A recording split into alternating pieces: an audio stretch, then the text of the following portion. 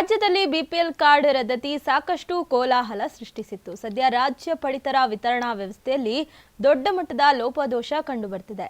ಅಲ್ಲದೆ ಆಹಾರಗಳು ಎಷ್ಟರ ಮಟ್ಟಿಗೆ ಸುರಕ್ಷಿತ ಅನ್ನೋ ಅನುಮಾನ ಮೂಡಿದೆ. ಈ ಬಗ್ಗೆ ಸಿಎಜಿ ಶಾಕಿಂಗ್ ವರದಿಯನ್ನ ಬಿಡುಗಡೆ ಮಾಡಿದೆ. ರಸಗೊಬ್ಬರ, ಕೀಟನಾಶಕಗಳ ಜೊತೆಗೆ ಆಹಾರ ಸಾಮಗ್ರಿಗಳನ್ನ ಸಂಗ್ರಹಿಸಲಾಗ್ತಿದೆ ಅನ್ನೋ ಶಾಕಿಂಗ್ ಮಾಹಿತಿ ಇದೀಗ ಸಿಎಜಿ ವರದಿಯಲ್ಲಿ ಬೆಳಕಿಗೆ ಬಂದಿದೆ. ಈ ವರದಿ ಬಂದ ಬೆನ್ನಲ್ಲೇ ಸಾಕಷ್ಟು ಅನುಮಾನಕ್ಕೂ ಎಡೆ ಮಾಡಿಕೊಡ್ತಿದೆ. ಸದ್ಯ ಈ ಬಗ್ಗೆ ಪಡಿತರದಾರರು ಸಾಕಷ್ಟು ಗೊಂದಲಕ್ಕೀಡಾಗಿದ್ದಾರೆ. ಅಲ್ಲದೆ ತಾವು ಸೇವಿಸ್ತಾ ಇರೋ ಆಹಾರ ಅಪಾಯದಲ್ಲಿದೆ ಅನ್ನೋ ಸಂಶಯ ಎದ್ದಿದೆ. ಇನ್ನು 2017-22ರವರೆಗೆ ರಾಜ್ಯದ ಹಲವು ಜಿಲ್ಲೆಗಳಲ್ಲಿ ಸಿಎಜಿ ಈ ಬಗ್ಗೆ ತನಿಖೆಯನ್ನ ನಡೆಸಿದ್ದು, ಈ ಬಗ್ಗೆ ಕಠಿಣ ಕ್ರಮ ಕೈಗೊಳ್ಳುವಂತೆ ಸೂಚನೆ ನೀಡಿದೆ.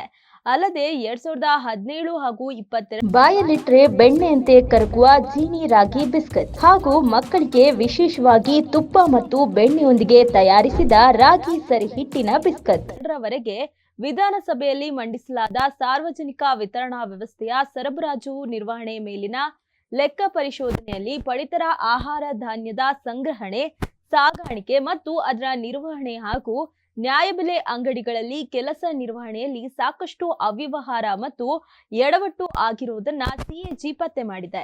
ಇದರ ಜೊತೆಗೆ ಈ ಅವ್ಯವಹಾರಕ್ಕೆ ಸುಧಾರಣೆ ಕ್ರಮಗಳನ್ನ ಕೈಗೊಳ್ಳುವಂತೆ ಮಾಡೋಕೆ ಶಿಫಾರಸು ಮಾಡಿದೆ.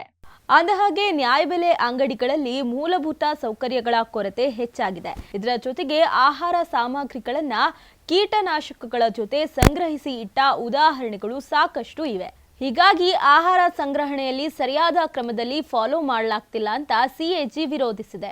ಅಲ್ಲದೆ ಕೆಲಸದ ಸಮಯದಲ್ಲಿ ನ್ಯಾಯಬೆಲೆ ಅಂಗಡಿಗಳನ್ನ ಮುಚ್ಚಿರುವುದು ಮತ್ತು ಹಳೆಯ ಹಾಗೂ ಅಧಿಕೃತವಲ್ಲದ ತೂಕ ಮಾಪನಗಳನ್ನ ಬಳಸಿರುವುದನ್ನ ಕೂಡ ವರದಿಯಲ್ಲಿ ಉಲ್ಲೇಖಿಸಲಾಗಿದೆ.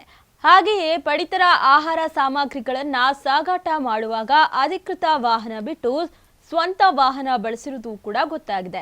ಅಲ್ಲದೆ ಈ ವೇಳೆ ಯಾವುದೇ ತರಹದ GPS ಬಳಸಿಲ್ಲ. ಜೊತೆಗೆ ನಿಗದಿಪಡಿಸಿರೋ ಮಾರ್ಗ ಬಿಟ್ಟು ಬೇರೆ ದಾರಿಯಲ್ಲಿ ಸಂಚಾರ ಮಾಡಲಾಗಿದೆ.